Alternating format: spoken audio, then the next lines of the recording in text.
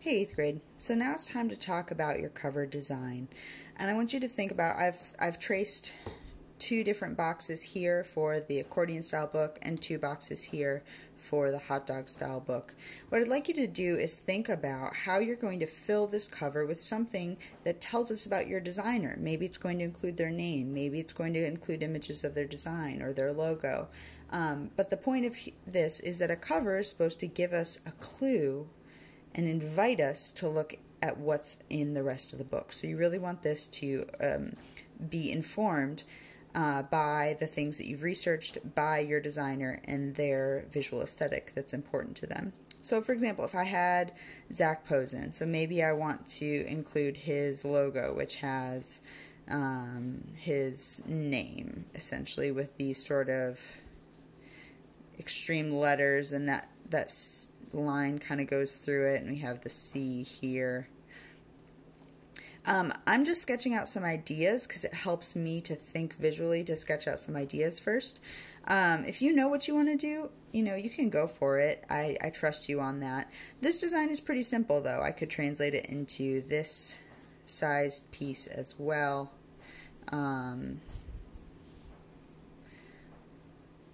Still keeping it pretty simple, but I need something else. This is not enough. So maybe I want to choose a border that has to do with his work. So maybe he uses a lot of floral designs. So maybe I have a floral pattern around the exterior.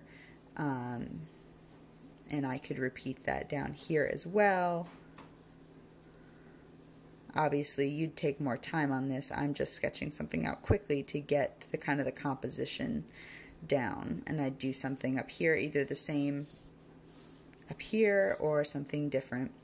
Another thing I could think about is maybe making something that looks like one of his pieces. So if he does ball gowns, I could maybe sketch out a ball gown looking at one of his designs.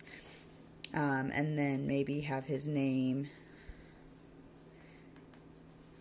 around it like that. If I were translating that into this one, it would kind of fill the space a little bit differently. Maybe I'd have room for Zac Posen right up here. Okay, so you'll create a design and you will transfer it onto your cover that you made based on the video we just did. So here I covered it with paper. Here I covered this with paper. Again, as I said, you do not have to have both a front and a back design. Your back can be plain, but if you want to, you may do a front and a back, or two of these. What medium are we using? That's a great question. If we were at school, we'd be using acrylic paint, but we're not at school. So instead, you get to choose. Maybe you have paints at home and you'd like to paint. Go for it. Maybe you have colored pencils at home and you'd like to use those instead. Maybe you want to do a collage where you're taking printed imagery or and cutting and pasting and creating a collage of things you've cut and pasted. It doesn't matter to me what medium you use. What matters to me is that your cover looks attractive and that it tells me something about your designer. Those are the two most important things. This is going to be a work of art. This is an artist book, so it's both attractive and informative. So whatever medium you have access to that you want to use for that, you may. If you have questions about that, please don't hesitate to email me, communicate with me on Snapchat or on Google Classroom. Our goal is to make something that tells us about our designer. Okay, this one has a plain back, it has a decorated front, it has the inside filled in nicely with images and with words. This person went over their pencil lines with marker. I don't recommend using Sharpie. The Sharpie will bleed through.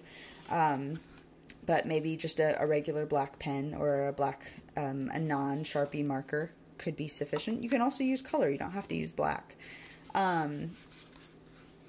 Okay, so this is what we're working on for the remainder of the week.